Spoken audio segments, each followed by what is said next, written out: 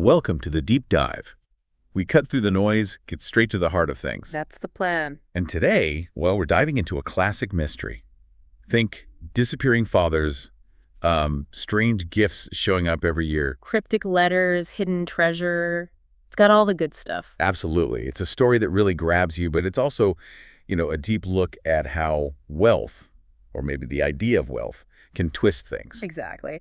We're talking about Sir Arthur Conan Doyle's second Sherlock Holmes novel, The Sign of Four. Right. And this isn't just like another detective story. It's a huge milestone in crime fiction. Doyle himself, well, he was incredible. A doctor, but also wrote fantasy, sci-fi, historical stuff. Didn't you help publicize the mystery of the Mary Celeste, too? He did, yeah. He had a hand in a lot of things. Quite the prolific writer. So, our mission today, Yeah. it's more than just recapping the plot of The Sign of Four. Definitely. We want to unravel that complex web, the betrayal, the treasure hunt, sure, but also that unexpected romance that pops up. And explore how this single fortune brings, well, both tragedy and maybe some weird kind of clarity. Hopefully you'll walk away with some maybe surprising thoughts about greed and what really matters. Okay, let's unpack this. Let's do it. So, where do we start? Baker Street, naturally. Of course. Holmes and Watson are there doing their thing, discussing something or other. Probably Holmes showing off, Watson listening patiently. Huh, probably. And then in walks Miss Mary Morstan. And she brings the mystery right to their doorstep. It's a really compelling setup. It is. Her father vanished, just disappeared 10 years back. Wow, 10 years. Yeah. And then for the last 6 years, she gets this package, same day, every year. Containing. A large, very expensive pearl. It started after she answered this anonymous newspaper ad asking for her address. Okay, that's already weird. Pearl's just showing up. Right. And now she's received a letter. An actual letter this time. From the same anonymous person. Seems like it. It tells her to go to the Lyceum Theater tonight. And she can bring 2 friends. The letter sort of hints vaguely that some injustice has been done to her. Intriguing. And she What? must have some clue for Holmes, right? Just one, really. A strange map, or maybe a diagram, found in her father's desk. It shows a fortress. Yeah, and it has these names written on it: Jonathan Small, Muhammad Singh, Abdullah Khan, and Dost Akbar. 4 names. Holmes, of course, immediately latches onto this. He connects the pearls, the timing, to the death of Major Sholto. Who was? Mary's father's only friend in London. He died back in 1882, just after the pearls started arriving. Holmes thinks the Sholto heir must know something, that Mary's been wrong somehow. So even from these first threads, Holmes is weaving it together. It's not just a missing person anymore. Not at all. It's already hinting at something much bigger, much darker, a hidden past. And while all this deduction is going on, there's something else happening too, isn't there? With Watson. Ah, yes. You can see it right away. Dr. Watson is completely captivated by Mary Morstan. A bit of romance amidst the mystery. Exactly. And it's not just a throwaway detail. It becomes a really important subplot, kind of grounding the whole thing emotionally against Holmes's, pure logic. Okay, so Mary has this letter, the map. They agree to go with her to the Lyceum. What happens then? Well, they go and they're met by a coachman. They get whisked away in this darkened carriage. Very mysterious. Doyle loves setting a scene, doesn't he? Oh, absolutely. They end up at this strange house in a pretty rundown part of London. Not exactly glamorous. The atmosphere is thick with tension. And inside? Inside, they meet Thaddeus Sholto. He's the son of the late Major Sholto. The guy Holmes suspected. The very same. And Thaddeus is, well, he's eccentric. Definitely an odd character. And he's the one who sent the pearls. Yes. He confesses that, and he confirms Mary's father is dead, and that she is, in fact, partly an heir to this great hidden treasure. Finally, some answers. Oh. But why the secrecy? Why the pearls? It's all tied up with his father, Major Sholto. Thaddeus explains his dad lived in constant crippling fear. Fear of what? Specifically, men with wooden legs. He was apparently terrified of them, sometimes even attacking strangers on the street if they had a prosthetic leg. That's intense paranoia, stemming from guilt, maybe. Exactly. Thaddeus reveals what his father confessed on his deathbed. Okay, here we go. Major Sholto admitted he met Mary's father, Captain Morstan, the night Morstan died. They were supposed to divide this huge treasure they'd brought back from India. The Agra treasure. That's the one. But they argued. Captain Morstan was apparently in poor health anyway, had a weak heart. And the argument. It triggered a fatal heart attack. Morstan collapsed, hit his head on the corner of the treasure chest as he fell. Oh, wow. So not murder, technically, but messy. Very messy. And Major Sholto panicked. He feared being accused of murder, and he definitely didn't want any attention drawn to the treasure itself. So he hid the body. Disposed of it and hid the treasure. Kept it all secret for years. But he was going to tell his sons where it was. He was about to, on his deathbed. But just as he was going to reveal the location, he suddenly saw a face at the window. A face. Whose? A bearded face. He cried out, "Keep him out!" And then he died. Another heart attack, likely brought on by shock or fear. Good grief. In that note. Yes. After he died, they found a piece of paper on his body. It just said, "Sign of 4." The same number of names as on Mary's map. Precisely. It's all starting to connect, but in a really grim way. So Thaddeus knew about the treasure, or at least part of it. He explains that he and his brother Bartholomew inherited this secret. They argued about Mary's potential claim. Thaddeus felt guilty, apparently. He managed to find a part of the treasure, a chaplet, like a small coronet or string of jewels. Ah, the pearls. Exactly. He started breaking off the pearls and sending them to Mary one by one. As a sort of conscience payment. Sort of.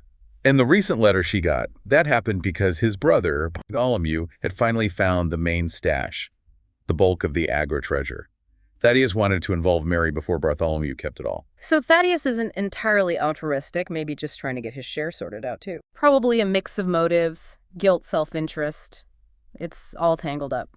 This treasure is already causing problems between the brothers. Okay, so the next step is obviously to go see Bartholomew and the newly found treasure. Right. Thaddeus takes Holmes, Watson, and Mary to the family estate, Pondicherry Lodge. Sounds grander than Thaddeus's place. It is, but when they arrive, things are off.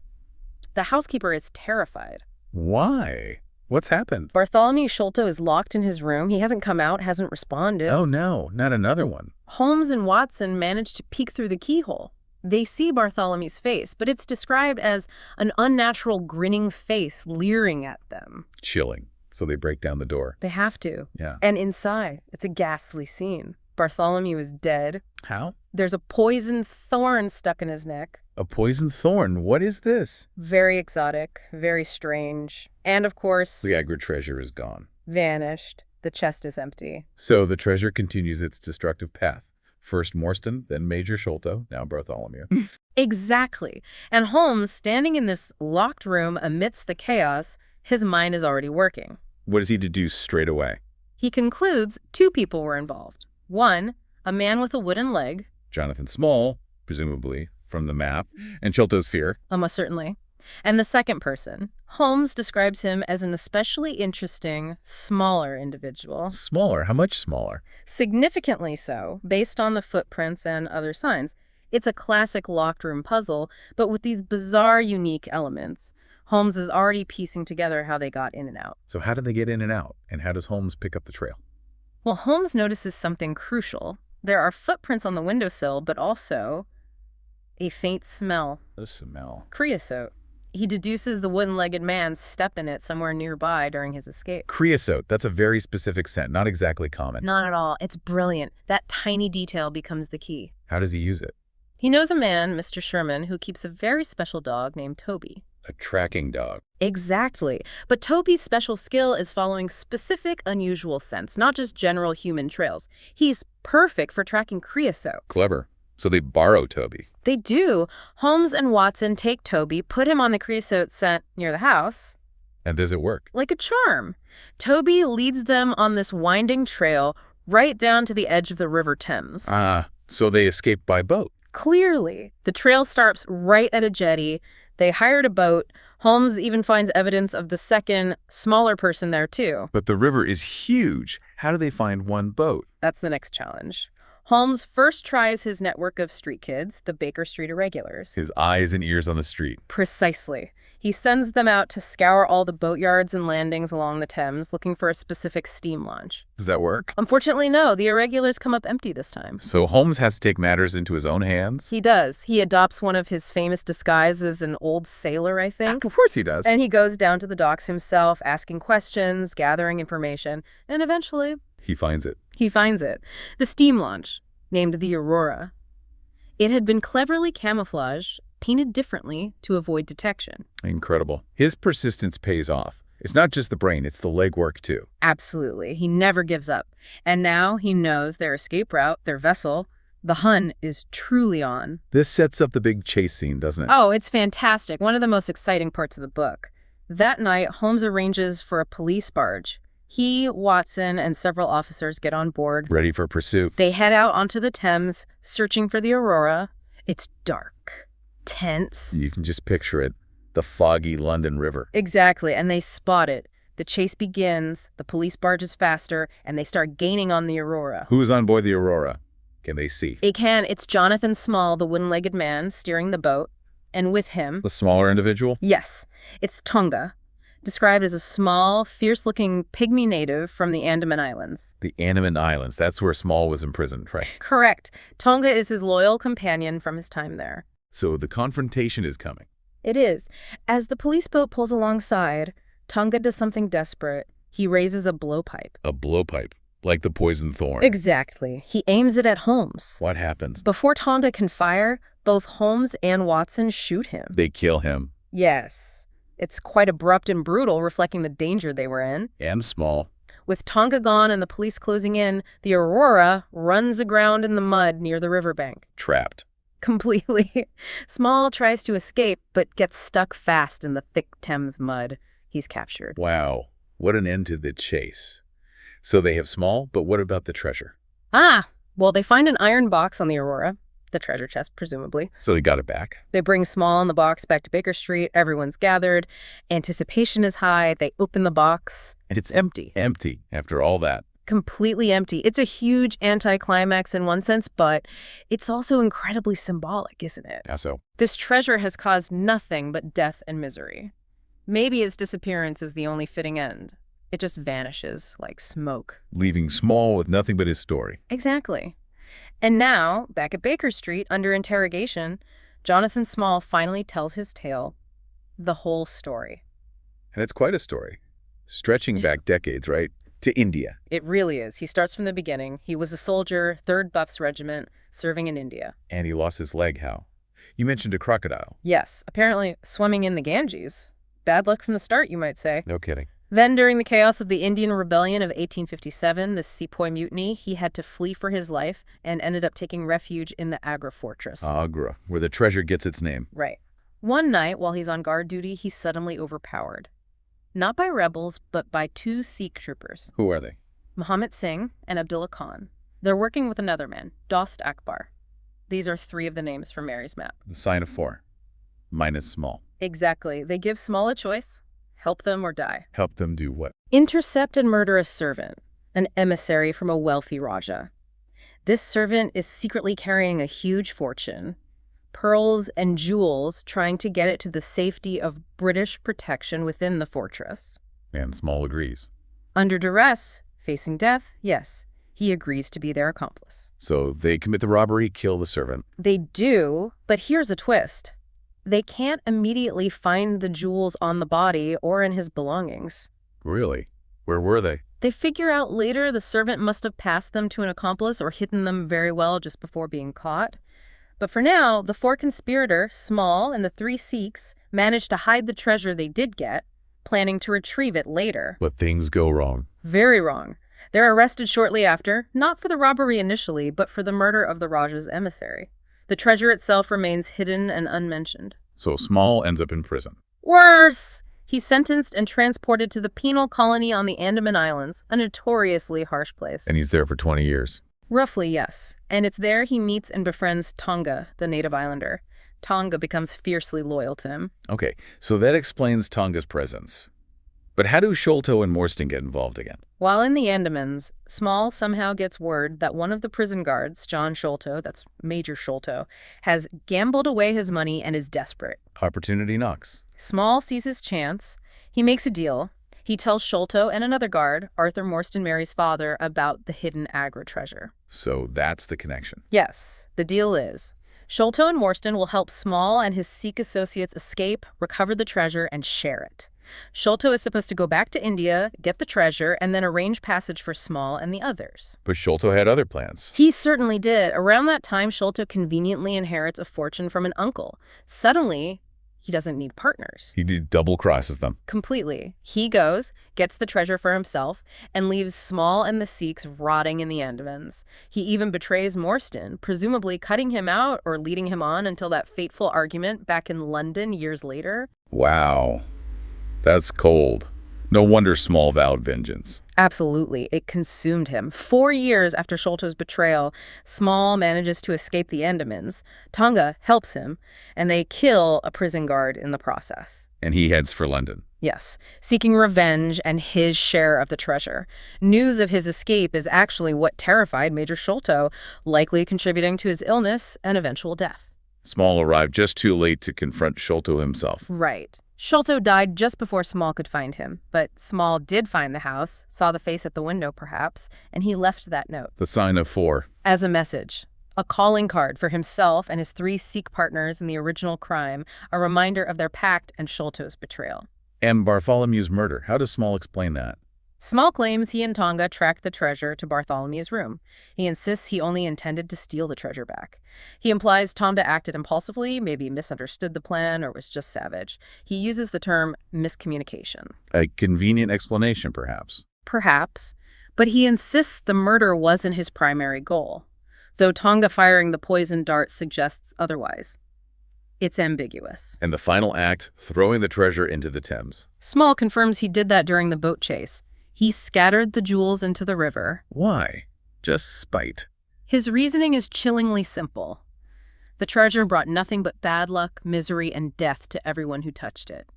He wanted to ensure no one would ever benefit from it again. So he ends up captured, facing life imprisonment, the treasure gone forever. Believing it was cursed. And looking at the trail of bodies and ruined lives, it's hard to argue with him. It really brings us full circle, doesn't it, to the impact of this treasure? Absolutely. Its absence is almost more significant than its presence ever was. How do you mean? Well, think about it. The treasure itself directly caused or contributed to so much tragedy. The Raja's servant, Bartholomew Sholto, murdered. Tonga killed in the chase. Major Sholto and Captain Morstan died because of arguments or fear related to it. Small himself is imprisoned for life because of the actions it drove him to. Thaddeus lived in fear. His father lived in paranoia. It's like a vortex of destruction. It really is. The novel hammers home this theme. The destructive power of wealth, or at least wealth obtained through greed and betrayal. It shows how hollow it can be. But what's fascinating, as you said, is what happens when it's gone. Exactly. The removal of the treasure kind of resets things for some characters. Small goes back to being a prisoner, his original state in a way. But Mary Morstan, she loses the potential fortune. She does. She still gets the rest of the pearls from the chaplet Thaddeus had, so she's not left with nothing. But the vast bulk of the Agra treasure is gone, and in losing it, she's arguably freed. Freed from its curse, from its dark history. You could see it that way. She's no longer the heiress to this blood-soaked fortune, and this has a direct impact on Dr. Watson. Right, his romantic conflict. Tell us about that. Watson, being an honorable man of his time, felt deeply conflicted about his growing feelings for Mary while she stood to inherit this immense wealth. He worried he'd look like a fortune hunter. Precisely. He couldn't bring himself to declare his feelings, fearing his motives would be questioned or that the money would stand between them somehow. But with the treasure now at the bottom of the Thames, that barrier is removed. Mary is no longer an heiress in that sense. Watson feels he can comfortably, as the text says, propose to her without reservation. And she accepts. She does. Their story ends on a note of genuine love, seemingly unburdened by the treasure's shadow. It poses a really interesting question, doesn't it? Would that relationship have worked out the same way if she had inherited the millions? It's impossible to say for sure, but Doyle definitely implies that the loss of the fortune paved the way for their happiness. The treasure's absence becomes the resolution, not just for the crime plot, but for the romantic plot, too. So when we wrap this all up, the sign of 4 isn't just Sherlock Holmes being brilliant finding clues. No, not at all. It's a much richer story than that. It's a deep dive into human nature, greed, fear, loyalty, betrayal. And how the pursuit of wealth, especially ill-gotten wealth, can just destroy lives, cause paranoia, lead to violence, death. But then, almost paradoxically, its absence can clear the path for something better, for genuine connection, for love. The removal of the complicating factor allows for a return to something more fundamental. The treasure was the problem, and getting rid of it was the solution, in a strange way. Doyle crafts that beautifully. It's quite profound when you think about it. So what does this leave us with? What's the takeaway for us reading this today? Well, the story strongly suggests that maybe, just maybe, the greatest treasure isn't always about gaining something material. Sometimes it's about losing something, letting go of something that's weighing you down, even if it seems valuable. Exactly. Clearing the decks for what actually matters. Which leads to a final thought for you, our listener, to ponder. What really strikes you about this idea that the removal of a massive fortune, one soaked in darkness and betrayal, could actually be the very thing needed for a truly happy ending?